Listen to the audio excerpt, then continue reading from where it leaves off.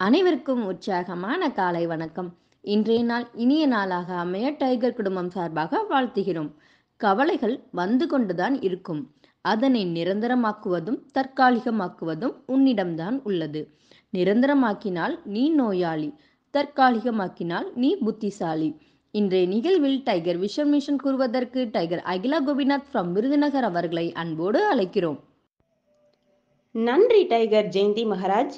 Tiger vision மனம், புத்தி, உடல் மூன்றும் சமநிலையில் இருந்தால் வாழ்க்கை பிரகாசிக்கும். டைகர் மிஷன் ஒரு தனி மனிதனின் தொடர்ச்சியான ஆரோக்கியமும் பொருளாதாரமும் இவ்வுலகை மாற்றும். நன்றி. நன்றி டைகர் அகிலா கோபிநாத். டைகர் இறைவணக்கம் கூறுவதற்கு டைகர் மணிகண்டன் ஃப்ரம் சிவகங்கை அவர்களை அன்போடு அழைக்கிறோம். நன்றி டைகர் ஜெயந்தி மகாராஜ். டைகர் இறைவணக்கம்.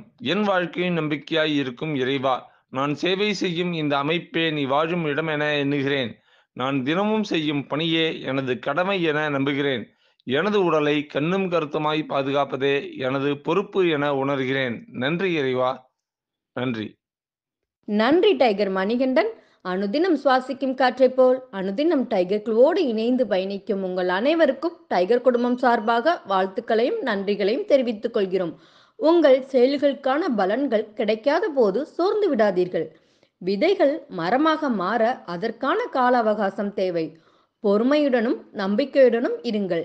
உங்கள் முயற்சிகள் அனைத்திற்கும் நிச்சயம் சிறப்பான பலன்கள் கிடைக்கும் என்று நம்ம எல்லாம் எட்டுநடை பயிற்சிக்கு அழைத்து செல்ல வருகிறார் நமது எட்டுநடை பயிற்சியின் ஆசான் டாக்டர் டைகர் தேன்கொடு பிரபாகரன் அவர்களை உற்சாகத்தோடு வரவேற்கிறோம்.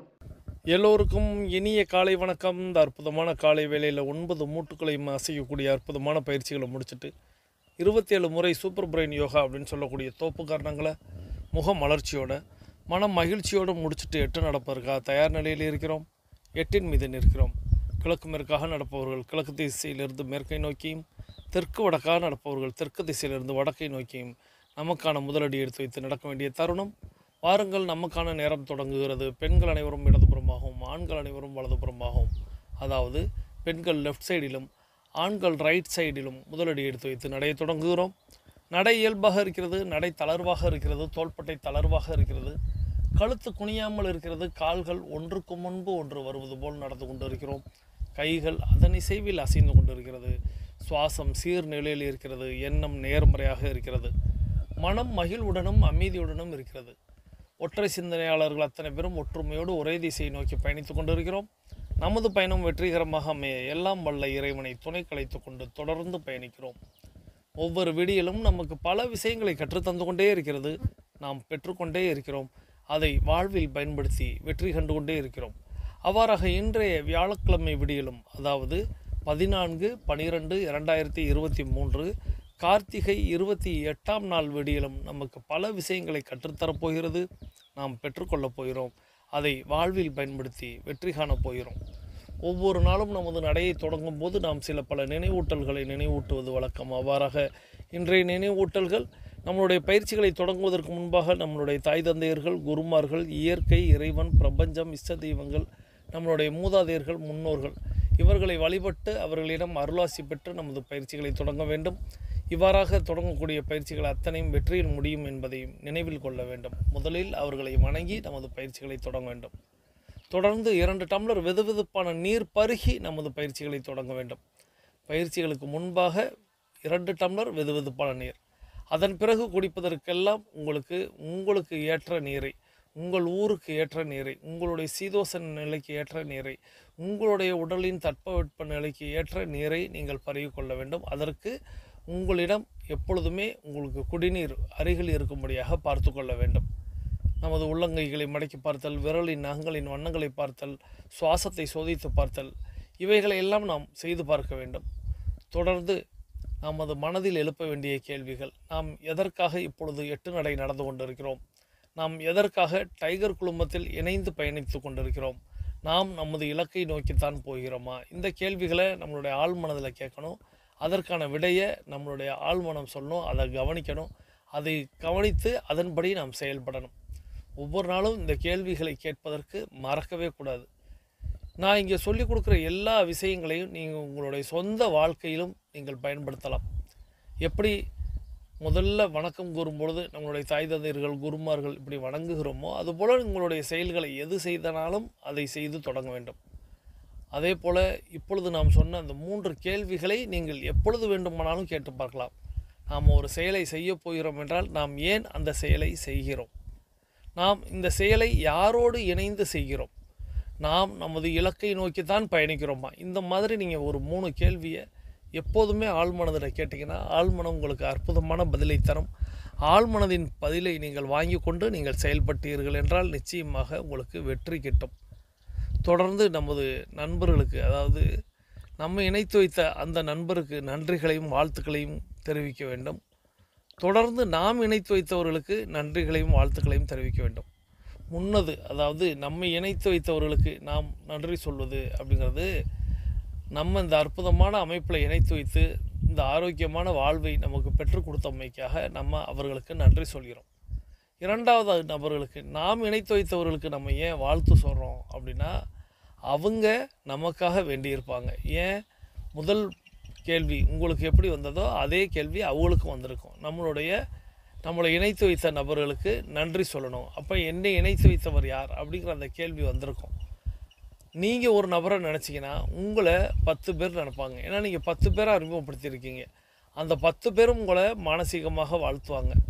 அந்த வாழ்த்துக்களை நீங்கள் வாங்கி கொண்டு நீங்கள் அவர்களுக்கு பதில் வாழ்த்து அல்லது பதில் நன்றி கூற வேண்டிய நேரம். ஆகையால் நாம் ஒரு நபருக்கு நன்றி சொல்லி வாழ்த்து சொன்னோம் அப்படின்னா நமக்கு 10லிருந்து 20 நபர்கள் நன்றி சொல்லி வாழ்த்து சொல்கிறார்கள். அதனால தான் நம்ம இணைத்து வைத்தவர்களுக்கு நன்றிகளை நாம் தெரிவித்து கொண்டு நாம் இணைத்து வைத்தவர்களுக்கு வாழ்த்துக்களை தெரிவிக்க வேண்டிய நேரம் அப்படின்னு சொல்லுவோம். இதையும் நீங்கள் ஒவ்வொரு நாளும் ஒவ்வொரு செயல்லையும் செய்து பாருங்கள்.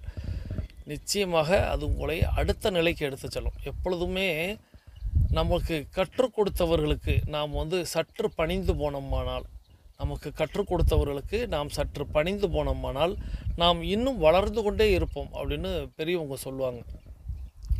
அதுபோல் நம்மளை இணைத்து வைத்தவர்களை நாம் ஒரு நன்றியோடு பார்த்தோமானால், நாம் இணைத்து வைத்தவர்கள் அனைவரும் நம்மளை நன்றியோடு பார்க்கும் பொழுது அது நம்மளை வளர்க்கும். ஸோ இந்த ஒரு வித்தியாசமான ஒரு கலையை நீங்கள் எப்போதுமே வாழ்க்கையில், ஏன்னா இன்றைக்கி உலகம் அப்படிங்கிறது நன்றியை மறந்த உலகமாக இருக்கிறது. ஏறி வந்த ஏணியை எட்டி உதைக்கும் காலமாக மாறிக்கொண்டிருக்கிறது. ஆனால் காலம் மாறுகிறது என்று நாமும் காலத்துக்கு ஏற்று மாறாமல் அந்த காலத்தை மாற்ற வேண்டும். அப்படிங்கிறதுனால நாம் இந்த செயலை செய்கிறோம். டைகர் கிளப்பில் இருக்கிறவங்க எல்லாரும் நன்றி சொல்ல மறக்கவே கூடாது. எதற்காக இருந்தாலும், யாருக்காக இருந்தாலும் சரி, உங்களை இணைத்து வைத்தது உங்களுடைய குழந்தையாகவே இருந்தாலும் அந்த குழந்தைக்கு நீங்கள் நன்றி சொல்ல வேண்டும். உங்களை இணைத்து வைத்தது உங்களுடைய மனைவியாகவே இருந்தாலும் அவர்களுக்கு நீங்கள் நன்றி சொல்ல வேண்டும்.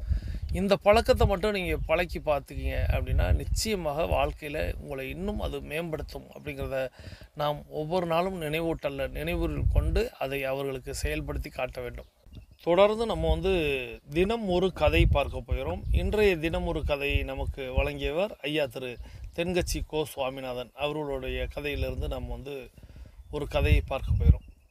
திருடனுக்கு பரிசு, இதுதான் கதையின் தலைப்பு. திருடனுக்கு பரிசு.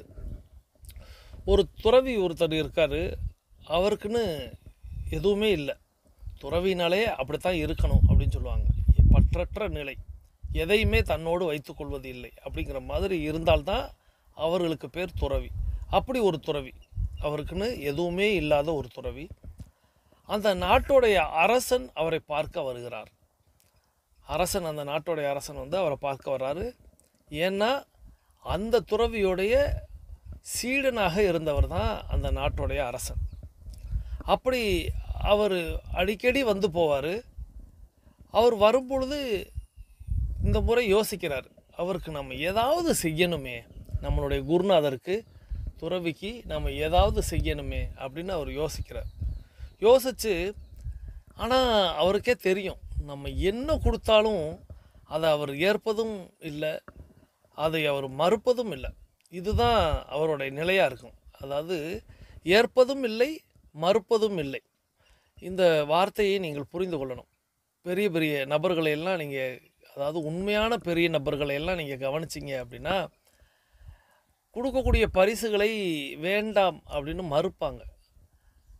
அதே போல் அதை ஏற்றுக்கவும் மாட்டாங்க. அந்த ரெண்டுக்கும் இடையில. ஏன்னா கொடுப்பவர்களுடைய மனமும் நோகக்கூடாது அப்படிங்கிற மாதிரி இருப்பாங்க. ஆனாலும் அந்த பொருளை அவங்க விரும்ப மாட்டாங்க. அதைத்தான் அந்த இடத்துல ஆசிரியர் குறிப்பிடுகிறார். ஏற்பதும் இல்லை, மறுப்பதும் இல்லை. ஆனால் அதை புரிந்து கொள்ளும் நிலையில் வந்தவர்களுக்கு புரியும் வண்ணமாக அந்த செயலை அவங்க செய்வாங்க. இதை நீங்கள் பெரிய நபர்கள்ட்ட பழகி இருந்தீங்க. பெரிய நபர்கள்னால் நீங்கள் நினைக்கிற மாதிரியான பெரிய நபர்கள் இல்லை. அதாவது ஒரு அரசியல் தலைவரோ ஒரு நடிகரோ அப்படி பெரியவர்களை நான் சொல்லலை. உண்மையான பெரிய மனுஷங்கிறது உங்கள் வீட்டிலேயே உங்களுடைய மூதாதையர்கள் தாத்தா பாட்டிகள் இருந்திருக்கலாம். இல்லை உங்கள் அப்பாவுக்கு உங்கள் அம்மாவுக்கு அந்த மாதிரியான ஒரு நிலையை நீங்கள் பார்த்துருக்கலாம். இந்த மாதிரியான பெரியவங்களை நான் நிறைய பேர் அந்த மாதிரி சந்திச்சிருக்கேன். என்னுடைய குருநாதர்கள்லாம் அந்த மாதிரி ஏற்பதும் இல்லை, மறுப்பதும் இல்லை அப்படிங்கிற ஒரு கொள்கையில் இருப்பாங்க. அப்படி இருந்தாலும் அவருக்கு அந்த அரசனுக்கு இல்லை, நம்ம நம்மளுடைய குருநாதருக்கு ஏதாவது செய்யணும் அப்படின்னு சொல்லிட்டு, சரி நம்மளுடைய குருநாதருக்கு துறவிக்கு என்ன தேவை அப்படின்னு யோசிக்கிறாரு. அவர் நிறைய இடங்களில் துறவியாக இருப்பதனால கையேந்தி உணவு பெறுகிறார். அப்போ அவருக்கு ஒரு பிச்சை பாத்திரம் வழங்கலாம். எப்படி தன்னுடைய குருநாதருக்கு ஒரு பிச்சை பாத்திரம் வழங்கலாம்.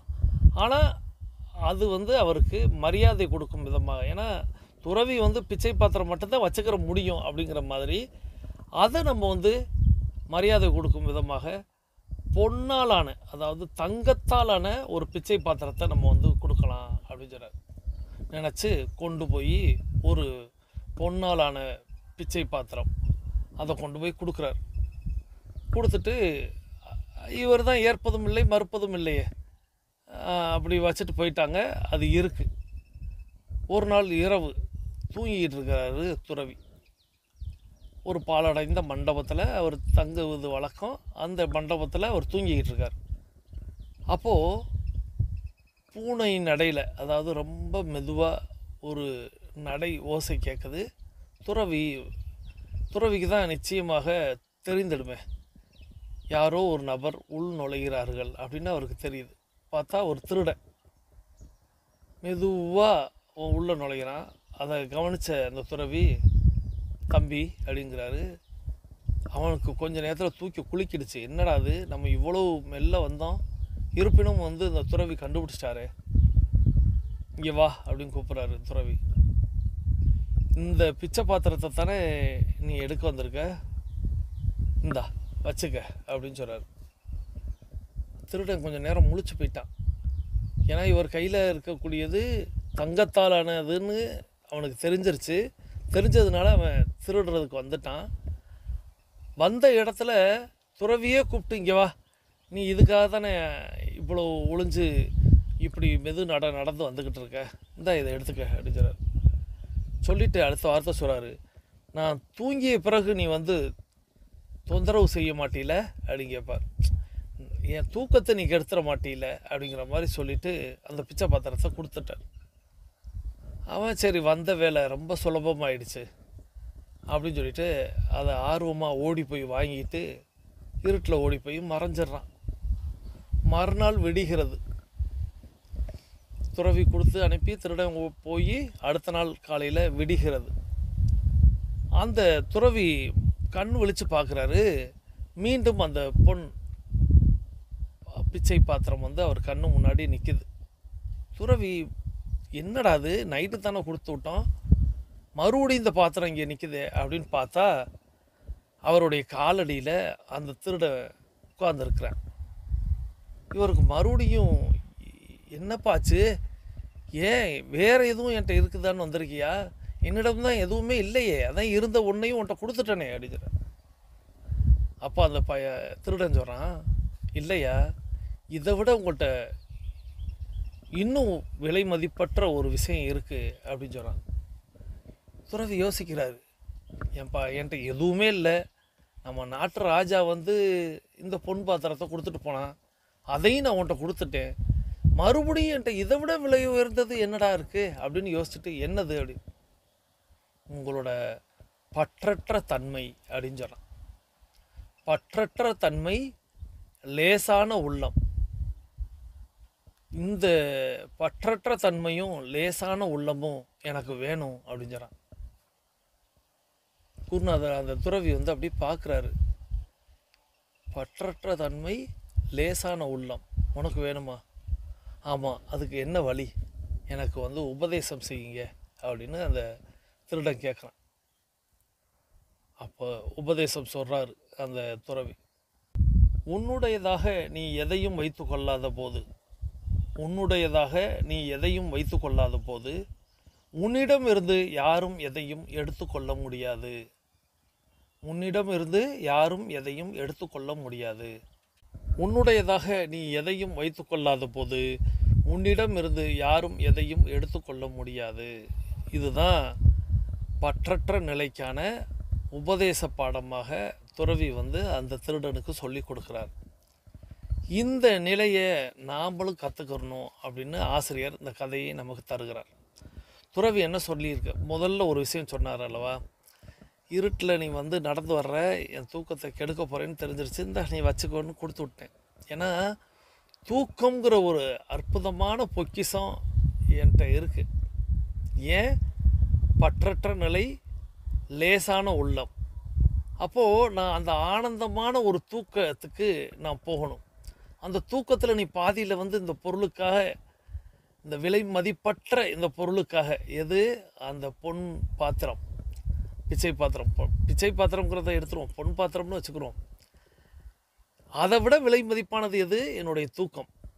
அதை நீ கெடுத்துவிடக்கூடாது அப்படின்னு அவர் சொல்லிட்டு கொடுத்தார்ல. இந்த இடத்துல தான் அந்த திருடை வந்து, ஏண்டா நம்ம இதை பெருசாக நினச்சிட்டு வந்தோம், இரவில் வந்து நம்ம இந்த திருட்டு வேலையை பார்த்துக்கிட்டு இருக்கிறோம். ஆனால் அவருக்கு வந்து இரவில் தூக்கம் அப்படிங்கிறது எவ்வளவு முக்கியம் அப்படிங்கிறத நம்மளுக்கு சொல்லிட்டாருன்னா அவனுக்கு மண்டை காஞ்சிருச்சு. நைட்டு ஃபுல்லாக பொருள் கைக்கு வந்து அவன் வந்து இல்லை இதை விட அவர்கிட்ட விலை மதிப்பற்றது இருக்குது அப்படின்னு சொல்லிட்டு வந்து அவர்கிட்ட உபதேசம் கேட்குறான். அப்போது அவர் சொன்ன உபதேசம்தான், உன்னுடையதாக நீ எதையும் வைத்துக்கொள்ளாத போது உன்னிடமிருந்து யாரும் எதையும் எடுத்துக்கொள்ள முடியாது. அப்போது நம்மளிடம் என்ன இருக்கணும்? இதைத்தான் நானும் பல முறை உங்களுக்கு சொல்கிறேன். உங்களுடைய சொத்து அப்படிங்கிறது எது அப்படின்னா உங்களுடைய உடல், உங்களுடைய உள்ளம். உங்களுடைய உள்ளமும் உடலும் தான் உங்களுடைய சொத்து. இதை வந்து வேறு யாருக்கு நீங்கள் கொடுக்கவே முடியாது. வேறு யாரும் அதை எடுத்துக்கொள்ளவும் முடியாது. உங்கள்கிட்ட ஆரோக்கியம் இருக்குது அப்படின்னு சொல்லிட்டு யாராவது உங்கள்கிட்ட ஆரோக்கியத்தை எடுத்துக்கொள்ள முடியுமா? ஆனால் உங்கள்கிட்ட பாக்கெட்டில் பணம் இருக்குது, இல்லை பொருள் இருக்குது, எது இருந்தாலும் பிறர் அதுக்கு தான் செய்வாங்க. ஆனால் நீங்கள் உங்களுடைய ஆரோக்கியத்தின் மீது யாருமே, அதுதான் நம்மளுடைய சொத்து, அதுதான் நம்மளுடைய பொக்கிஷம். இந்த துறவி கூட சொல்லிட்டாரு, தூக்கம்தான் பொக்கிஷம். துறவி சொன்னது இரவில் தூக்கம், விடிய காலையில் தூக்கத்தை சொல்லலை. அவர் விடிந்த பிறகு தூங்குவதை சொல்லலை. நான் சொல்லிட்டேங்கிறதுக்காக, கதை சொல்லிட்டோங்கிறதுக்காக நீங்கள் தூக்கம்தான் பார்த்தீங்களா முக்கியம், நீங்கள் எழுந்து நடக்க சொல்கிறீங்களே எல்லாம் கேட்டுறக்கூடாது. அவர் சொன்னது இரவில் தூக்கம். நிறைய பேருக்கு இந்த இரவு தூக்கத்தில் டக்குன்னு முழிச்சிடுவாங்க. ஏதேனும் ஒரு சின்னதாக ஒரு, இப்போ பூனை குதித்து ஓடுனால் கூட சில பேருக்கு விழிப்பு வந்துடும், இரவெல்லாம் நான் தூங்கலேன்னு சொல்லுவாங்க. இது மாதிரி பல கதை சொல்லுவாங்க. மற்றவர்கள் தூங்குவதை பார்த்து பொறாமைப்படுவார்கள். நீங்கள் நிறைய பேர் இருக்க வாய்ப்புகள் உண்டு. அதாவது பொறாமைப்படுவார்கள்னால் கேலியாக தான் சொல்கிறேன். என்ன நீங்கள் இப்படி தூங்குறீங்க அப்படின்னு கேட்பாங்க. படுக்கவும் தூங்கிடுறாரே அவர் அப்படிங்கிறதெல்லாம் சொல்லுவாங்க. இதுதாங்க பற்றற்ற நிலை, லேசான உள்ளமுடையவர்களுக்கு கிடைப்பது. எதையோ ஒன்று நினச்சிட்டு இருக்கிறத விட்டுடுவோம். ஆனந்தம் அப்படிங்கிறது எதில் இருக்கிறதுங்கிறத ஒவ்வொருத்தவங்களும் அப்போல்லாம் கதை சொல்லுவோம் அல்லவா. அந்த ராஜாவுடைய உயிர் அப்படிங்கிறது 7 கடல் தாண்டி 7 மலை தாண்டி அங்கே இருக்கக்கூடிய கிளிகிட்ட இருக்குது அப்படின்னு சொல்லுவோம் அல்லவா. இதுபோல் நிறைய பேர் தங்களுடைய ஆனந்தமோ மகிழ்ச்சியோ வேறு எங்கேயோ இருக்கிறதுன்னு அதை தேடிக்கிட்டே இருப்பாங்க. அது அவர்களுக்குள்ளே தான் இருக்குது. அவர்கள் நினைத்தால் உடனடியாக நம்ம கூட ஒரு ஸ்லோகன் சொல்லுவோம், படுத்தா பட்டுன்னு சட்டுன்னு தூக்கம் வரணும், விழிச்சா பட்டுன்னு முழிப்பு வரணும் அப்படின்னு நம்ம சொல்லியிருப்போம். அந்த நிலை வந்து இருக்கிறவங்க தான் லேசான உள்ளம் படைத்தவர்கள், சமநிலையில் மனதை வைத்திருப்பவர்கள், அவர்கள் ஆரோக்கியமானவர்கள். நம்ம அப்படி இல்லை, இரவில் எனக்கு டக்குன்னு விழிப்பு வருகிறது, தூக்கமே இல்லை அப்படின்னா ஆரோக்கியமற்ற நிலையில் இருக்கிறார்கள். 8 நடை நடப்பவர்களுக்கு அப்படின்னு நான் அழுத்தமாக சொல்லுவேன், 8 நடை நடப்பவர்களுக்கு தூக்கம் அப்படிங்கிறது அற்புதமாக வரும்.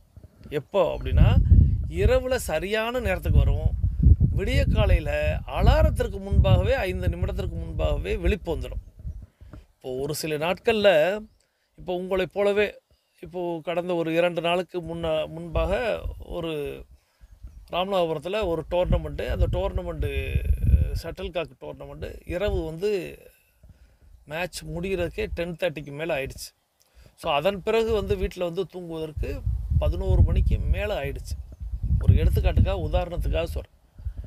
ஸோ 11 மணிக்கு மேலே அப்படின்னு சொல்லும் பொழுது நாம் என்ன எண்ணுகிறோம் அப்படின்னா, விடிகாலையில் இப்போ நான் எழணும், இருந்தாலும் நான் எப்போதும் எப்படி மைண்ட் செட் பண்ணுவேன் அப்படின்னா, அலாரம் அடித்து எழக்கூடாது அப்படின்னு நான் நினப்பேன். அலாரம் வந்து நான் உங்களுக்காக கட்டாயமாக வைக்க வேண்டியதாக இருக்கிறது. ஏன்னா எழுந்து நான் ரெக்கார்டிங் பண்ணணும் அப்படிங்கிறதுக்காக உங்களுக்காக நான் வந்து அலாரம் கண்டிப்பாக வைத்தாக வேண்டியது இருக்குது. ஆனால் என்னுடைய மைண்டில் நான் என்ன செட் பண்ணிக்கிறேன் அப்படின்னா, அலாரம் அடித்து எழுந்தால் தூக்கம் பாதியில் கெடுவதற்கு சமம். அலாரம் அடித்து எழுந்தால் தூக்கம் பாதியில் கெடுவதற்கு சமம். அப்போது அலாரத்திற்கு முன்பாக எழ வேண்டும் அப்படின்னு மைண்ட் செட் பண்ணியிருப்பேன். அது அந்த பயாலஜிக்கல் கிளாக் நம்ம மைண்டு நம்மளுடைய உடலோடு ஒத்து போகிறது அப்படின்னா, நான் 2:45க்கு அலாரம் வைக்கிறேன் அப்படின்னா 2:40க்கு விழிப்பு வரும். 2:40க்கு விழிப்பு வரும்பொழுதே நிறைய நேரங்களில் அலாரம் அடித்து நம்ம கவனிக்கலையோ, இப்போ தான் எழுகிறோமோ அப்படிங்கிற மாதிரி தான் எழுந்து மணியை பார்ப்பேன். சரியாக அலாரத்திற்கு ஒரு 2-3 நிமிடங்கள் முன்னாடியே நம்ம எழுந்துடுவோம். அப்படி அன்றைக்கி 11 மணிக்கு மேலே வந்து தூங்க போகும் பொழுது கூட அப்படி தான் விழிப்பு வந்தது. அப்படி நம்மளுக்கு படுத்தா சட்டுன்னு தூக்கம் வரணும், முழிச்சா பட்டுன்னு விழிப்பு வரணும். அப்படி நம்மளுக்கு இந்த 8 நடை பயிற்சி தரும்.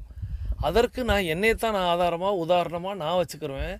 அதுபோல் நீங்கள் வச்சுக்கணும். இனி வரும் காலங்களில் புதிதாக 42 நாட்களுக்கு இடையில் இணைந்தவர்கள் நீங்கள் அலாரம் வைத்து எழுந்து பழகுங்கள். மற்றவர்கள் எல்லாம் அலாரத்துக்கு முன்பாக எழணும் அப்படின்னு ஒரு மனசில் ஒரு ஃபிக்ஸ் பண்ணிவிட்டு நீங்கள் தூங்கி பாருங்கள். நிச்சயமாக அலாரத்துக்கு முன்பாக விழிப்பீங்க. நீங்கள் அலாரம் வைக்காமல் தூங்கிடாதீங்க. ஏன்னா நம்ம வந்து ஒருவேளை நம்ம வந்து சரியாக ஃபிக்ஸ் பண்ணல அப்படின்னா தூங்கி போயிட்டோம்னா அன்றைய வேலை நமக்கு கெட்டு போயிடும். அதனால் நீங்கள் எல்லாருமே 4 மணிக்கு மேலே எழும் பொழுது அதில் நீங்கள் வந்து தாராளமாக நீங்கள் எழுந்துடலாம் எல்லாருமே. ஸோ அலாரம் வைக்காமல் அலாரத்திற்கு முன்பாக நீங்கள் தூங்கி பழகணும், தூங்கி எழுந்து பழகணும். அலாரத்தை வந்து மேக்சிமம் அலாரத்துக்கு முன்பாக எழுவதற்கு நீங்கள் பழகிவிட்டீர்கள் என்றால் நீங்கள் உங்களுடைய மனதை கட்டுப்பாட்டில் வைத்திருக்கிறீர்கள் அப்படின்னு பொருள். இப்போது நம்மளுடைய 8 நடையின் முதல் பகுதியை நிறைவு செய்யலாம். வாருங்கள், அனைவரும் தொடங்கிய திசைக்கு வந்து விடலாம். கிழக்கு மேற்காக தொடங்கியவர்கள் கிழக்கு திசையிலும், தெற்கு வடக்காக தொடங்கியவர்கள் தெற்கு திசைக்கு வந்து விடுகிறோம். நமது உள்ளங்கைகளை மடக்கி பார்க்கிறோம், இறுக்கமாக இருக்கிறது. விரலின் நகங்களின் வண்ணங்களை பார்க்கிறோம், சிவப்பு வண்ணத்தில் மாறிக்கொண்டிருக்கிறது. சுவாசத்தை சோதித்து பார்க்கிறோம். 2வது நாசியிலும் சன்னமாக சுவாசம் வரக்கூடிய இந்த வேளையில் தண்ணீர் பருகி கொள்கிறோம். நமக்கு அருகில் இருக்கக்கூடிய குடிநீரை எடுத்து நிறுத்தி நிதானித்து ருசித்து பருகி கொள்கிறோம். தண்ணீர் பருகி முடித்தவுடன் நம்மளுடைய மொபைல் ஃபோனை கையில் எடுத்துக்கிட்டு கமெண்ட் பண்ண போகிறோம். இன்றைக்கி நம்ம என்ன கமெண்ட் பண்ண போகிறோம் அப்படின்னா, இந்த அலாரம் கண்டிப்பாக எல்லாருமே வச்சுருப்பீங்க. ஏற்கனவே எனக்கு சொல்லியிருக்கீங்க யார் எத்தனை மணிக்கு எழுவீங்க அப்படிங்கிறது. இன்றைக்கி கேள்வி என்னென்னா, அலாரத்திற்கு முன்பாகவே நீங்கள் எழுந்து விடுகிறீர்களா? இது ஒன்று. இல்லை இது வரைக்கும் முயற்சிக்கல அப்படின்னா இனி முயற்சிக்கிறேன்னு சொல்லுங்கள். இல்லை எழுந்து விடுகிறேன் அப்படின்னு சொல்கிறவங்க எழுந்து விடுகிறேன்னு சொல்லுங்கள். இல்லை நான் அலாரமே வைப்பதில்லை அப்படின்னு சொல்கிறவங்களும் தாராளமாக சொல்லலாம். ஏன்னா அலாரமே வைக்கலை. இப்போ எனக்கு வந்து உங்களுக்கு நான் வந்து ஆடியோ காலையில் கொடுத்து ஆகணுங்கிறதுக்காக நான் வைத்தாக வேண்டியதாக இருக்கிறது. அதே நேரத்தில் உங்களை போல் நானும் காலையில் எழுந்து நடந்தால் போதும் அப்படின்னா நானுமே அந்த சோதனையெல்லாம் செய்து பார்க்க வாய்ப்புகள் உண்டு. அலாரம் வைக்காமல் எழுந்து பார்ப்போமே அப்படிங்கிற மாதிரி. ஆனால் ஒருவேளை தூங்கிட்டா, நான் இப்போ நீங்கள் தூங்கிட்டீங்கன்னா உங்களுடைய ஒரு நபருடைய வேலை மட்டும்தான் கெடும். நான் தூங்கிட்டேன் அப்படின்னா ஒரு 200-300 பேருடைய குடும்பத்தோடைய வேலையே கெட்டு விடுங்கிறதுனால நான் அலாரம் வைக்கிறேன். ஸோ நீங்கள் அலாரம் வைக்கிறீங்களா? அலாரத்துக்கு முன்பாக எழுந்து விடுகிறீர்களா? அல்லது அலாரமே வைப்பதில்லையா? இதுதான் இன்றைக்கு நீங்கள் கமெண்ட் பகுதியில் கமெண்ட் பண்ண போகிறீங்க. கமெண்ட்டை பதிவு பண்ணிக்கொண்டே நம்மளுடைய 8 நடையின் 2வது சுற்றை தொடங்க போகிறோம். ஆண்கள் அனைவரும் இடதுபுறமாகவும் பெண்கள் அனைவரும் வலதுபுறமாகவும், அதாவது ஆண்கள் லெஃப்ட் சைடிலும் பெண்கள் ரைட் சைடிலும் முதலடி எடுத்து வைத்து நடையை தொடங்குகிறோம். நடை இயல்பாக இருக்கிறது, நடை தளர்வாக இருக்கிறது, தோள்பட்டை தளர்வாக இருக்கிறது, கழுத்து குனியாமல் இருக்கிறது, கால்கள் ஒன்றுக்கு முன்பு ஒன்று வருவது போல் நடந்து கொண்டு இருக்கிறோம், கைகள் அதன் இசைவில் அசைந்து கொண்டு இருக்கிறது, சுவாசம் சீர்நிலையில் இருக்கிறது, எண்ணம் நேர்மறையாக இருக்கிறது, மனம் மகிழ்வுடனும் அமைதியுடனும் இருக்கிறது.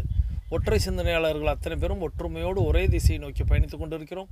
நமது பயணம் வெற்றிகரமாக அமைய எல்லாம் வல்ல இறைவனை துணை கழித்து கொண்டு தொடர்ந்து பயணிக்கிறோம். தொடர்ந்து நம்ம தினம் ஒரு திருக்குறள் பார்க்க போகிறோம்.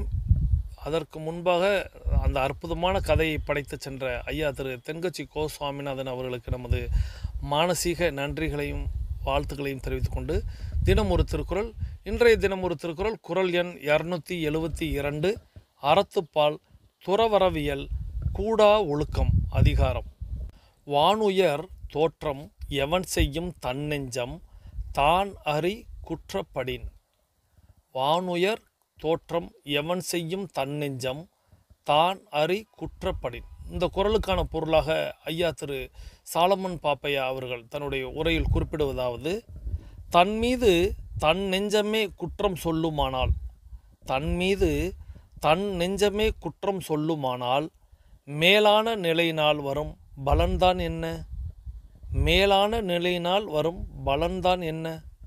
ஐயா திரு மு வரதராசனார் அவர்களுடைய உரையில் அவர்கள் குறிப்பிடுவதாவது, தன் மனம் தான் அறிந்த குற்றத்தில் தங்குமானால், தன் மனம் தான் அறிந்த குற்றத்தில் தங்குமானால் வானத்தைப் போல் உயர்ந்துள்ள தவக்கோலம் ஒருவனுக்கு என்ன பயன் செய்யும்? வானத்தைப் போல் உயர்ந்துள்ள தவக்கோலம் ஒருவனுக்கு என்ன பயன் செய்யும்? இந்த குறளுக்கான வார்த்தைகளுக்கான பொருளை தெரிந்து கொள்ளலாம். வானுயர் தோற்றம் எவன் செய்யும் தன்னெஞ்சம். வானுயர், வான் அப்படின்னா நம்மளுக்கு தெரியும், வானம் அப்படிங்கிறது. அப்போது இந்த உயர் அப்படின்னா உயர்ச்சி அப்படிங்கிறது, உயரம், மேன்மை அப்படி தெரியும். அப்போது வானளவு அப்படின்னு ஒரு பொருளாக இப்போ வானுயர் அப்படின்னு வச்சுக்கலாம். தோற்றம், தோற்றம்னா காட்சி, புகழ், விளக்கம். இந்த இடத்துல புகழ் அப்படின்னு எடுத்துக்கலாம். வானுயர் தோற்றம், வானளவுக்கு ஒரு உயர்ந்த புகழை கொண்ட அப்படின்னு ஒரு நபர் வச்சுக்கிறோம். எவன் செய்யும் தன்னெஞ்சம். எவன் அப்படின்னா இந்த இடத்துல யார் அப்படிங்கிற பொருள் வரும். யாவன், என்ன, ஏன் இப்படி வரும். செய்யும், செய்தல்.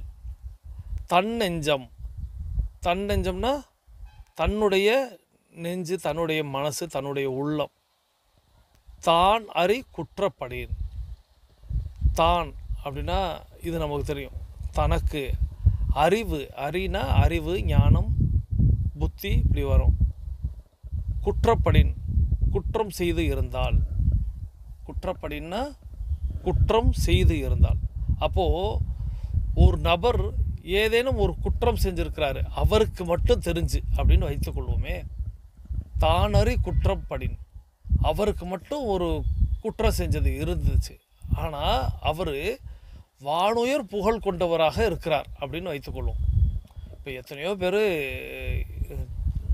பெரிய புகழ்ச்சியில் இருப்பாங்க, ஆனால் அவங்கள பற்றின ஏதேனும் ஒரு குற்ற பின்னணி வெளியில் வந்துச்சு அப்படின்னா அதனால் என்ன பலன்? அவங்க அவ்வளோ வானுயர் புகழ் இருந்து என்ன பலன் அப்படின்னு கேட்குறாரு. அப்போது தன்னுடைய நெஞ்சத்திற்கு, தன்னுடைய உள்ளத்திற்கு தான் ஒரு குற்றம் செய்தவராக, தான் ஒரு ஒழுக்கமற்றவராக ஒரு நபர் இருக்கிறார், ஆனால் வெளியில் அவருக்கு பெரிய புகழ் இருக்கிறது அப்படின்னாலும் அதனால் ஒரு பலனும் இல்லை. தன்னெஞ்சு தன்னை பாராட்டணும். இதுதான் வள்ளுவ பெருந்தகை இந்த குறளில் நமக்கு புரிய வைக்கிறார். அதாவது கூடா ஒழுக்கம் அப்படிங்கிறது தான் இதனுடைய அதிகாரம். அப்போது இந்த ஒழுக்கம் அப்படிங்கிறது பிறரிடத்துல இப்போ நிறைய பேரை நம்ம பார்த்துருப்போம். பெரிய பெரிய நபர்கள்லாம், பெரிய பெரிய நடிகர்கள் எல்லாம், பெரிய பெரிய தலைவர்கள் எல்லாம் இந்த மக்களால் போற்றப்படக்கூடியவர்களாக இருப்பாங்க. ஆனால் அவங்களுடைய சுய ஒழுக்கம், அந்த ஒழுக்கம் இல்லாதவர்களாக அவர்கள் இருக்கிறார்கள் அப்படின்னா அவர்களுடைய மனசே ஏற்றுக்கிறாது. ஒன்றைய போய் சொல்கிறாங்களடா அப்படிங்கிற மாதிரி. அப்படி அவர்களுடைய மனமே அதை ஏற்றுக்கொள்ள விட்டால் இவ்வளோ பெரிய புகழ் இருந்து என்ன பொருள் அப்படின்னு சொல்லிட்டு நாம் ஒழுக்கமாக இருக்கணும் அப்படிங்கிறத வள்ளுவ பெருந்தகை இந்த குறளில் நம்மளுக்கு குறிப்பிடுகிறார். ஸோ இந்த உலகத்தில் எத்தனை பேர் ஒருத்தரை நல்லவர்னு சொல்லி புகழ்ந்தாலும் அவருடைய ஆழ்மனம் அப்படின்னு நம்ம சொல்லுவோம் அல்லவா, அவருடைய நெஞ்சம், அவருடைய உள்ளம் அவரை நல்லவர்னு சொல்லணும். அப்படி சொல்லலை அப்படின்னா அந்த வானுயர் புகழ் இருந்தாலும் அதனால் ஒரு பலனும் இல்லை அப்படின்னு சொல்கிறார். உண்மை. இன்றைக்கி நிறைய பேருக்கு வெளிப்பார்வைக்கு தான் நல்லவர்களாக இருக்கணும் அப்படின்னு, ஆனால் உள்ள கல் நெஞ்சம் படைத்தவர்களாக சில நபர்கள் இருப்பாங்க. ஆனால் அவர்களுடைய மனமே அவர்களை சுட்டுவிடும். அப்படிங்கிறதுனால அவர்கள் சரி ஓகே நான் அதை பேச போனோன்னா நெகட்டிவ் பாதைக்கு போயிடும். ஸோ நிச்சயமாக நாம் எப்படி இருக்கணும் அப்படின்னா, நாம் எப்படி பிறரின் கண்ணுக்கு தெரியணும்னு ஆசைப்படுறோமோ அப்படித்தான் நாம் 4 சுவற்றுக்குள்ளே இருந்தாலும் இருக்கணும். நாம் மட்டும் இருந்தாலும் அப்படித்தான் இருக்கணும். சுய ஒழுக்கம் அப்படிங்கிறது பிறர் பார்க்கிறார்கள், கேமரா இருக்கிறது அப்படிங்கிறதுக்காக ஒழுக்கமாக நடந்து கொள்பவன் அவன் ஒழுக்கசாலி இல்லை, நல்லவன் அல்ல. யாருமே இல்லைனாலும் எந்த சூழல்லையும் அவன் அப்படித்தான் இருப்பான் அப்படின்னா அவன்தான் நல்லவன். எப்போது அவனுடைய நெஞ்சம் அவனை சுடலை அப்படின்னா அவன்தான் நல்லவன் அப்படிங்கிறத இந்த குறளின் வாயிலாக நம்ம எடுத்துக்கொள்ளலாம். குறள் எண் 272. வானுயர் தோற்றம் எவன் செய்யும் தன் நெஞ்சம் தானறி குற்றப்படின். இந்த அற்புதமான திருக்குறளை நமக்கு படைத்து சென்ற வள்ளுவ பெருந்தகைக்கு நமது மானசீக நன்றிகளை தெரிவித்துக்கொண்டு தொடர்ந்து நம்ம தினம் ஒரு பொன்மொழி பார்க்க போகிறோம். இன்றைய தினம் ஒரு பொன்மொழியை நமக்கு வழங்கியவர் ஸ்டீவ் ஜாப்ஸ். ஸ்டீவ் ஜாப்ஸ் நிச்சயமாக நீங்கள் எல்லாருமே அறிவீர்கள்.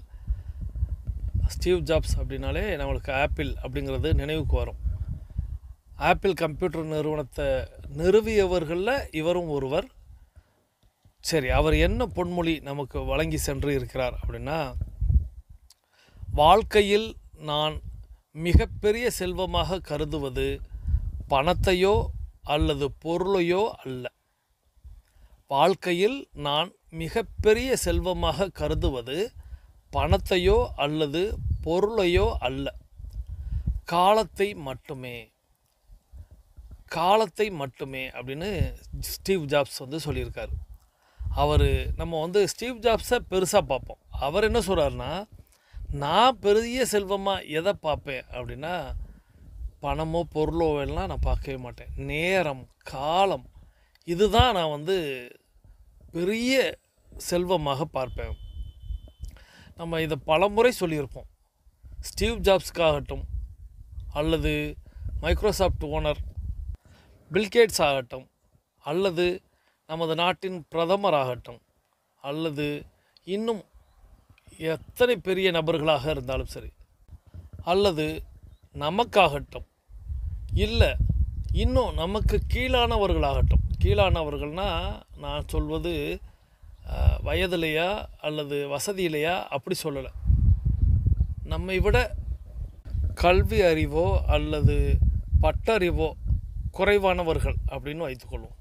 இதில் யாராக இருந்தாலும் எல்லாருக்கும் பொதுவானது எதுவெனில் 24 மணி நேரம். எவ்வளோ பெரிய உலகத்தின் எவ்வளோ பெரிய நபர்களாக இருந்தாலும் சரி, அல்லது உலகத்தில் உபயோகமற்றவர்களாக இருந்தாலும் சரி, ஆனால் எல்லாருக்கும் ஒரு விஷயத்தை சரியாக இந்த உலகம் பகிர்ந்து அளிக்கிறது அப்படின்னா அது 24 மணி நேரம். இந்த 24 மணி நேரம் அப்படிங்கிறது எல்லோருக்குமே வழங்கப்படுகிறது. ஆனால் அந்த 24 மணி நேரத்தை நிறைய பேர் தேவையில்லாமல் கழித்து விடுகிறார்கள், தேவையில்லாமல் தொலைத்து விடுகிறார்கள். இதைத்தான் அந்த மிகப்பெரிய நபர் சொல்கிறாரு, ஸ்டீவ் ஜாப்ஸு. வாழ்க்கையில் நான் மிகப்பெரிய செல்வமாக கருதுவது பணத்தையோ பொருளையோ அல்ல, டயத்தை தான். ஸோ என்னிடம் இருக்கக்கூடிய அந்த 24 மணி நேரத்தை தான். இந்த 24 மணி நேரத்தில் நான் என்ன சொல்லுவேன் அப்படின்னா, உங்களுக்காக கூட நீங்கள் ஒரு 2 மணி நேரத்தை ஒதுக்க மாட்டேங்கிறீங்களே, உங்களுடைய ஆரோக்கியத்திற்காக கூட நீங்கள் ஒதுக்க மாட்டேங்கிறீங்களே, நேரமில்லைன்னு நிறைய பேர் சொல்கிறீங்களே, இப்படித்தான் நான் எண்ணுகிறேன். நீங்கள் உங்களுடைய தொழிலுக்கு நீங்கள் 8 மணி நேரம் எடுத்துக்கொள்ளுங்கள், 10 மணி நேரம் எடுத்துக்கொள்ளுங்கள், 12 மணி நேரம் எடுத்துக்கொள்ளுங்கள். ஆனால் உங்களுக்காக நீங்கள் உணவு உண்ணக்கூடிய நேரம் அப்படிங்கிறது உங்களுக்கானது. நீங்கள் உடற்பயிற்சி செய்ய வேண்டிய நேரம் அப்படிங்கிறது உங்களுக்கானது. நீங்கள் ஓய்வெடுக்க வேண்டியது அப்படிங்கிறது உங்களுக்கானது. அதற்காக நீங்கள் நேரம் ஒதுக்க மாட்டேன், எனக்கு நேரமே இல்லை, நிறைய நபர்கள் நான் ஏற்கனவே சொன்னது போல் தூக்கமே பத்தலை அப்படின்னு சொன்னாலே தூங்குவதற்கு கூட நேரம் இல்லை அப்படின்னு நீங்கள் சொன்னீங்கனாலே உங்களுக்கு நீங்கள் டைம் ஒதுக்கலைன்னு அர்த்தம். உணவு உண்ணவே எனக்கு நேரம் இருக்காது, நான் எப்போதுமே காலையில் அறக்க பறக்க ஓடுவேன். ஏன் காலையில் விடிகாலையில் கூடுதலாக ஒரு அரை மணி நேரம் முன்பாக எழுவதற்கு என்ன? இழுத்து போர்த்து தூங்குவதனால் என்ன ஆகிவிடப் போகிறது? நேரத்தை சரியாக கையாளாதவன் கையாளாகாதவன் அப்படின்னு ஒரு புது கவிஞன் சொல்லியிருக்கான். நேரத்தை சரியாக கையாளாதவன் கையாளாகாதவன் அப்படிங்கிற மாதிரி ஒரு புது கவிஞன் ஒரு புது கவிதை சொல்லியிருப்பாங்க. அதுபோல் நேரத்தை நம்ம நிர்வகிக்க தெரியல, நம்மை நாம் செதுக்க தெரியல அப்படின்னா நாம் நேரம் இல்லைன்னு தான் சொல்லுவோம். இது நிறைய நேரங்களில் நிறைய பேர் சொல்கிறாங்க. ஆனால் பெரிய பெரிய நபர்கள், பெரிய பெரிய சாதனையாளர்கள், பெரிய பெரிய வெற்றியாளர்கள் குறிப்பிடுவது அப்படிங்கிறது ஸ்டீவ் ஜாப்ஸ் சொன்னது தான். எனக்கு கிடைச்ச அந்த நேரத்தை நான் பயன்படுத்திக்கிட்டேன் அப்படின்னு. ஸோ நீங்கள் எவ்வளோ பெரிய சாதனையாளராகவும் வெற்றியாளராகவும் மாறுவதற்கு நான் குறிப்பிடுவது உங்களுடைய ஆரோக்கியம் முதன்மையானது. அந்த ஆரோக்கியத்திற்கு நீங்கள் சரியாக நேரத்தை ஒதுக்குங்கள். உங்களுடைய உடற்பயிற்சிக்கு, உங்களுடைய ஓய்விற்கு, உங்களுடைய உணவு நேரத்துக்கு, இதுக்கு மட்டும் நீங்கள் நேரத்தை சரியாக ஒதுக்குனீங்க அப்படின்னா உங்களுடைய அத்தனை விஷயங்களையும் நீங்கள் சரியாக செய்ய முடியும். இன்றைக்கி குழந்தைகள்லேருந்து பெரியவங்க வரைய நேரமில்லை நேரமில்லை நேரமில்லை இந்த ஒரு பாட்டை எல்லாரும் பாடி பழகுறீங்க. நேரம் உங்களுக்கு இருக்காது. நேரம் எல்லோருக்கும் இருக்கிறது. 24 மணி நேரம் இருக்கிறது. அதில் நாம் எவ்வளோ நேரம் தூங்க போகிறோம் அந்த நேரத்தை எடுத்துக்கொள்ளுங்கள். எவ்வளோ நேரம் உடற்பயிற்சி செய்து கொள்ள போகிறோம் அந்த நேரத்தை எடுத்துக்கொள்ளுங்கள். எவ்வளோ நேரம் உணவு அருந்த போகிறோம் அந்த நேரத்தை நீங்கள் முழுமையாக எடுத்துக்கொள்ளுங்கள். எதை செய்தாலும் நீங்கள் உங்களுடைய இந்த மாதிரியான உங்களுடைய சொந்த நேரத்தை நீங்கள் செலவழித்து விடுகிறீர்கள், அதை எடுத்துக்கொள்கிறீர்கள். காலையில் நீங்கள் தூங்கி எழுவதற்கு நேரம் ஆகிவிட்டதா, உடனடியாக உங்களுடைய உடற்பயிற்சிக்கான நேரத்தை எடுத்து விடுகிறீர்கள். அதுக்கும் போக இன்னும் நேரத்தை நீங்கள் செலவழிச்சிட்டிங்களா, அல்லது நீங்கள் மொபைல் ஃபோன்லேயே உட்காந்துட்டிங்களா, உடனடியாக உணவின் நேரத்தை எடுத்துக்கிறீங்க. போகிற போக்கில் அள்ளி போட்டு போய்கிட்டே இருக்கிறது அப்படின்னு. ஸோ ஃபாஸ்ட் ஃபுட் அப்படின்னு இன்றைக்கி கலாச்சாரமே கொண்டு வந்துட்டாங்க. ஃபாஸ்ட் ஃபுட்னால் தயாரிக்கிறது மட்டும் ஸ்பீடாக இல்லை, சாப்பிட்றதும் ஸ்பீடாக அப்படிங்கிற மாதிரி வந்துருச்சு. ஸோ இந்த ஸ்பீடு உணவு அப்படிங்கிறது நீங்கள் எவ்வளோ ஸ்பீடாக சாப்பிட்டீங்கனாலும் செரிமானம் அப்படிங்கிறது ஸ்பீடெல்லாம் செரிமானம் ஆகாது. நீங்கள் எவ்வளவு விரைவாக அள்ளி போட்டாலும் அதற்கான நேரத்தை அதை எடுத்துக்கிறோம். ஆனால் நாம் இன்னும் கூடுதல் நேரத்தை தான் அது கொடுக்குறோம். நீங்கள் உணவை மென்னாமல் அரைக்காமல் நீங்கள் கொடுத்தீங்க அப்படின்னா உணவு செரிமானம் ஆவதற்கு இன்னும் நேரத்தை எடுத்துக்கொள்ளும். நம்மளுடைய ஏற்கனவே பலமுறை சொல்லியிருப்பேன், நம்மளுடைய உணவில் சத்து அப்படின்னு ஒரு 100% எடுத்துக்கிட்டீங்க, நீங்கள் சாப்பிட்ற உணவுலேருந்து சத்து 100% கிடைக்கிறது அப்படின்னா 60லிருந்து 70% செரிமானத்திற்கே செலவாகிறது. 60லிருந்து 70% செரிமானத்திற்கே செலவாகிறது. மீதி 40லிருந்து 30% தான் அது நமக்கு ஆற்றலை தருகிறது. அப்போது அந்த செரிமானத்தை நாம் இயல்பாக்க வேண்டும், எளிதாக்க வேண்டும். அதை விடுத்து நம்ம அப்படி இப்படியே குழந்தைகளுக்கெல்லாம் ஊட்டும் பொழுது பார்த்திங்கன்னா கம்பு வச்சு குத்தாத குறையா உள்ளே தள்ளிக்கிட்டே இருக்கிறது. அது உள்ளே போயிடுச்சுன்னா அந்த குழந்தை புஷ்டிக்காக வந்துடும் அப்படின்னு இவங்களாம் நம்புகிறாங்க. அந்த குழந்தை ஆரம்பத்தில் குழந்தையாக இருக்கும்போது குண்டாக இருக்கலாம், அது பார்ப்பதற்கு அழகாக இருக்கலாம். ஆனால் அந்த குழந்தைக்கு நீங்கள் அந்த உணவை இப்படி கொடுத்து பழகியதுக்கு பிறகு, உடல் அப்படியே அதை ஏற்றுக்கொள்ள பழகியதுக்கு பிறகு, உடல் இன்னும் கொண்டான்னு சொல்லி அதை கேட்டு வாங்கி ஆரம்பித்து அந்த பிள்ளையை குண்டா ஆக்கி விட்டுரும். ஸோ அதனால் நீங்கள் உங்களுடைய மனதில் எப்போதுமே நினைவில் கொள்ளுங்கள், நம்மளுக்கு உடலுக்கு உள்ள எதுவும் இரும்பாலேயோ கல்லாலேயோ மரத்தாலேயோ தயாரிக்கப்படலை. எல்லாம் சதையாலும் இரத்தத்தாலும் தயாரிக்கப்பட்ட உள்ளுறுப்புகள் தான் உள்ளே இருக்குது. ரொம்ப சாஃப்டாக இருக்கும். நீங்கள் பிறந்த குழந்தையை தொட்டு பார்க்கிறீர்கள் அல்லவா, அதை விட அது சாஃப்டாக இருக்கும். பிறந்த குழந்தை அல்லது இந்த கோழி குஞ்சு அல்லது அந்த மாதிரி நீங்கள் எதையும் ஒன்று தொட்டு பார்க்கும்போது அப்படி பட்டு போல் இருக்குன்னு சொல்லுவோம் அல்லவா, அதை விட உள்ள உறுப்புகள் அத்தனையும் சாஃப்டாக இருக்கும். ஆனால் நீங்கள் இப்படி சாப்பிட்டா அது இருக்காது. ஸோ அதனால் சாப்பிடும்போது ரொம்ப கவனமாக இருக்கணும். சாப்பாட்டுக்கான நேரத்தை நீங்கள் சரியாக ஒதுக்கி கொள்ளணும். குறைந்தபட்சம் 20 நிமிடம் நீங்கள் சாப்பிடணும். குறைந்தபட்சம். அதிகபட்சம் அப்படிங்கிறது நீங்கள் 40 நிமிடம் கூட எடுத்துக்கலாம். சாப்பிட்றதுன்னா அவ்வளோ நேரம் சாப்பிட்லாமா, அண்டாவாக சாப்பிட்லாமா அப்படின்னா அப்புறம் குண்டா தான் நம்ம போய்கிட்டு இருப்போம். நான் சொல்கிறது உணவை ரசித்து ருசித்து சாப்பிடணும். அப்படி சாப்பிடுவதற்கு நேரம் அப்படிங்கிறது குறைந்தபட்சம் 20 நிமிடம் அப்படிங்கிறத எடுத்துக்கொண்டு உணவு உண்ண பழகினீர்கள் என்றால் அது உங்களுக்கு ஆரோக்கியத்தை அள்ளித்தரும். இதுபோல் உங்களுக்கான நேர நிர்வாகத்தை நீங்கள் கடைபிடிக்க பழகினீர்கள் என்றால் நீங்கள் வாழ்க்கையில் வெற்றி பெறலாம் அப்படிங்கிறத சொல்லாமல் சொல்கிறார் ஐயா திரு ஸ்டீவ் ஜாப்ஸ். வாழ்க்கையில் நான் மிகப்பெரிய செல்வமாக கருதுவது பணத்தையோ அல்லது பொருளையோ அல்ல, காலத்தை மட்டுமே. ஆகையால் உங்கள் கையில் இருக்கும் அந்த காலத்தை நீங்கள் கையாள பழகிவிட்டீர்கள் என்றால் நீங்களும் ஒரு சாதனையாளர் தான் அப்படிங்கிறத இந்த பொன்மொழியின் வாயிலாக எடுத்துக்கொண்டோம். தொடர்ந்து நம்ம தினம் ஒரு பொது அறிவு கேள்வி. இன்றைய பொது அறிவு கேள்வி, நம்ம சதர்ன் ரயில்வே அப்படின்னு பார்த்துருப்போம் அல்லவா. நம்ம பக்கத்தில் இந்த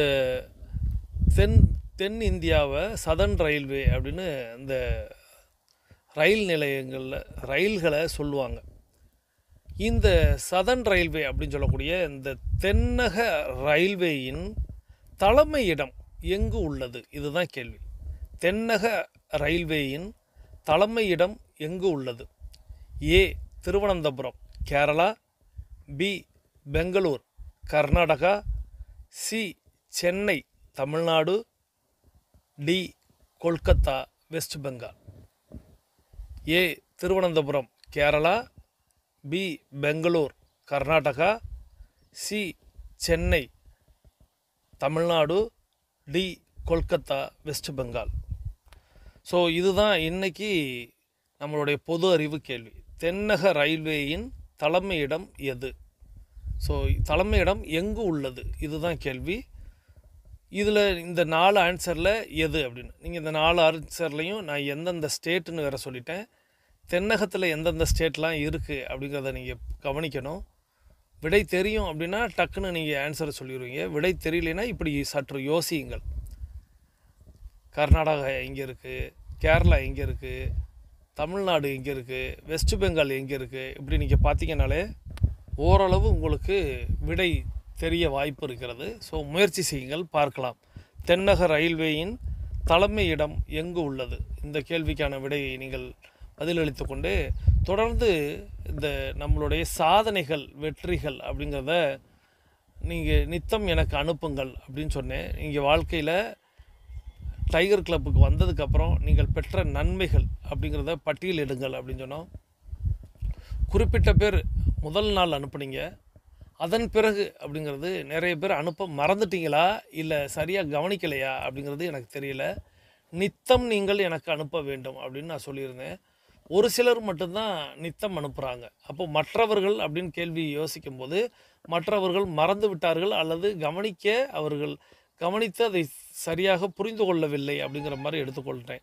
ஸோ என்ன இப்போ சொல்லணும் இந்த இடத்துல அப்படின்னா, நீங்கள் நித்தம் தினமும் எனக்கு அந்த பட்டியலை நீங்கள் டைகர் கிளப்புக்கு வந்ததுக்கு பிறகு கிடைத்த வெற்றியை பட்டியலிட்டு உங்களுக்கு அடுத்த இலக்கு என்ன என்பதை நீங்கள் குறிப்பிடாமல் அந்த எண்ணை மட்டும் எழுதி நிறுத்தி வைத்திருக்க வேண்டும் அப்படின்னு சொல்லியிருந்தேன். ஸோ அதை சிலர் கடைபிடித்து சரியாக அனுப்புகிறீங்க, ஆனால் மற்றவர்கள் அனுப்பலை. அதையும் நினைவூட்டணும் அப்படின்னு நினச்சேன். ஸோ இன்றைக்கி நீங்கள் இன்றிலிருந்து அதை தொடங்குங்கள். உங்களுடைய டைகர் கிளப்புக்கு வந்ததுக்கப்புறம் நீங்கள் அடைந்த பலன்களை எழுதி அடுத்த இலக்கு என்ன அப்படிங்கிறத நீங்கள் குறிப்பிட்டாலும் சரி குறிப்பிடவில்லை என்றாலும் சரி அதை நினைவில் கொண்டு நீங்கள் பயணிக்க வேண்டும். அதை நித்தம் எனக்கு அனுப்ப வேண்டும். ஸோ அனுப்புபவர்களுக்கு மட்டும் என்னுடைய நன்றிகளையும் வாழ்த்துக்களையும் தெரிவித்துக்கொண்டு அனுப்பாதவர்களை மீண்டும் அனுப்ப கேட்டுக்கொண்டு நம்முடைய 8 நடையின் 2வது சுற்றை நிறைவு செய்கிறோம். வாருங்கள், அனைவரும் தொடங்கிய திசைக்கு வந்து விடுகிறோம். கிழக்கு மேற்காக தொடங்கியவர்கள் கிழக்கு திசையிலும், தெற்கு வடக்காக தொடங்கியவர்கள் தெற்கு திசைக்கும் வந்து விடுகிறோம். இன்றைய நிகழ்வு பிடித்திருந்தால் லைக் செய்யுங்கள், நண்பர்களுக்கு ஷேர் செய்யுங்கள். தொடர்ந்து நாம் அனைவரும் கிழக்கு திசையை நோக்கி நின்று கொண்டு அஃபர்மேஷன் மற்றும் விசுவலைசேஷனை செய்து இன்றைய நாளை தொடங்க போகிறோம். இன்று என்னோடு இணைந்து நடந்த அத்தனை அன்பு சகோதர சகோதரிகளுக்கும் அவர்களது குடும்பம் மகிழ்ச்சியோடும் ஆரோக்கியத்தோடும் செல்வ வளங்களோடும் இருப்பதற்கு எல்லாம் வல்ல இயற்கை இறைவன் பிரபஞ்சம் துணை இருக்க வேண்டும் என்று வேண்டி வணங்கி வாழ்த்தி மீண்டும் சந்திப்போம், கலந்து சிந்திப்போம். வாழ்க நலத்துடன், வாழ்க வளத்துடன், நன்றி.